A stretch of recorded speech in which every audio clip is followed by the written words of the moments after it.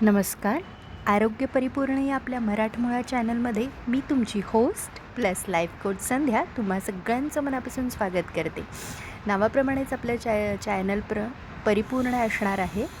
तर त्याप्रमाणेच आपण रेसिपी इथे शेअर पनीर.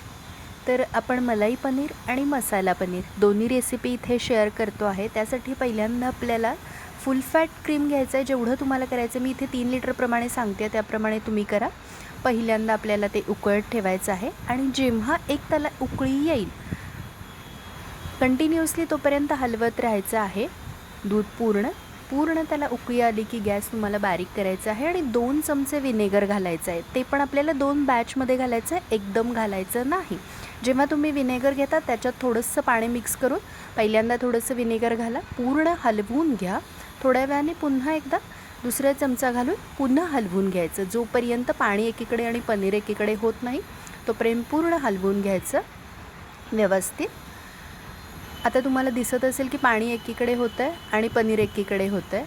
तर जोपर्यंत अशी कन्सिस्टन्सी येत नाही तोपर्यंत ठेवायचं. गॅस बंद करायचा. एक सुती कापड घ्यायचा, त्याच्यावर पाणी खाली भांडं ठेवून ओतून घ्यायचं आणि त्या पनीरवर परत लगेच गार पाणी घालायचं, जेणेकरून ते खूप असं चिवी होऊ नये, म्हणजे चिवट होऊ नये, एकदम सॉफ्ट राहावं. त्यातून नंतर सगळं पाणी पूर्णपणे पिळून काढायचं. जेवढं आपल्याला हाताने काढता येईल तेवढं काढायचं. त्या सुती कपड्यात व्यवस्थित ते घडी घालून गुंडाळून ठेवायचं. त्याच्यावर एखादं जाड काहीतरी वस्तू ठेवा, जेणेकरून त्यात काही पाणी असेल काही असेल निघून जाईल आणि त्याला छान असा शेप येईल. तर हे तुम्हाला असं ठेवायचं आहे. 20 मिनिटे कंटिन्यूस ठेवायचं आहे. पूर्ण झाकून ठेवायचं आहे. त्याच्यानंतर तुम्ही ते उघडून बघू शकता. खूप सॉफ्ट आणि स्पंजी, अगदी घरच्या घरी तुम्हाला हवं तसं ताजं पनीर तयार होतं. ते तुम्ही व्यवस्थित यूज करू शकता कशासाठी सुद्धा. आणि होममेड जेवढं असेल तेवढं बेस्टच असतं. तुम्ही बघू शकता कट करताना त्याची कन्सिस्टन्सी किती सुंदर आहे. आपण घरी बनवलेलं फ्रेश, त्यामुळे याच्यामध्ये काही आपल्याला त्रास होण्याचा प्रकार नाही आहे. दुसरं आपण बघतो मसाला पनीर. चला रेसिपी स्टार्ट करूया. यालासुद्धा मी 3 लिटर इथे दूध घेतलेलं आहे, उकळायला ठेवलेलं आहे. पूर्णपणे जोपर्यंत त्याला उकळी येत नाही तोपर्यंत उकळायला ठेवायचं आहे. त्याच्यामध्ये जिऱ्याचे पूड घालायचे, 1 चमचा क्रश केलेली ऑरिगॅनो, ब्लॅक पेपर्स म्हणजेच काळी मिरी आपण घालतो इथे, चिली फ्लेक्स घालतो आहे, जेणेकरून त्याला फ्लेवर एक मसाला येईल. हे सगळं पूर्णपणे 1 मिनिटभर आपल्याला उकळवून घ्यायचं आहे, जेणेकरून त्याचा जो फ्लेवर असेल तो पूर्णपणे दुधामध्ये होईल. आणि त्याच्यानंतर आपल्याला मगाच्यासारखंच विनेगर घालायचे, 2 चमचे घालायचं आहे, पण त्याच्यामध्ये पाणी मिक्स करून घालायचं आहे आणि कंटिन्युअसली आपल्याला ते ढवळत राहायचं आहे. आता आपण दुसरा चमचा इथे ॲड करतो आहे. मगाचसारखीच रेसिपी असणार आहे. जोपर्यंत पाणी एकीकडे आणि पनीर एकीकडे होत नाही तोपर्यंत व्यवस्थित आपण ते ढवळत राहायचं आहे. तुम्हाला दिसत असेल पनीर व्हायला सुरू झालेलं आहे. पाणी एकीकडे आणि पनीर एकीकडे व्हायला सुरुवात झालेली आहे, सेपरेट होत आहे, ते तुम्हाला इथे दिसू शकतं.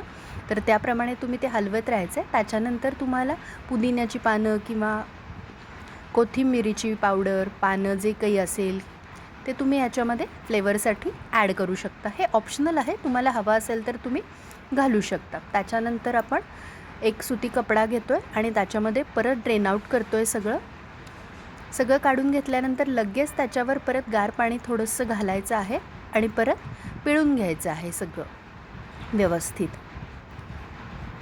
आणि त्या सुती कपड्यामध्ये व्यवस्थित गुंडाळून ठेवून ते पूर्णपणे आधी आपल्याला मोकळं करून घ्यायचं आहे, सेपरेट करायचं आहे. परत त्याच्यावर गार पाणी घालून स्वच्छ आपण करून घ्यायचं, जेणेकरून त्याच्यात काही पाण्याचा अंश राहिला असेल तर निघून जाईल.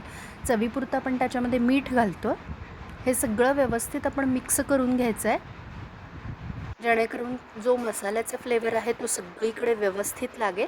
परत एकदा पिळून घ्यायचं आहे काही पाणी त्याच्यात राहिलं असेल तर, आणि मगाचसारखंच व्यवस्थित सुती कपड्यात गुंडाळून ठेवून त्याच्यावर एक काहीतरी जड वस्तू ठेवायची आहे आपल्याला.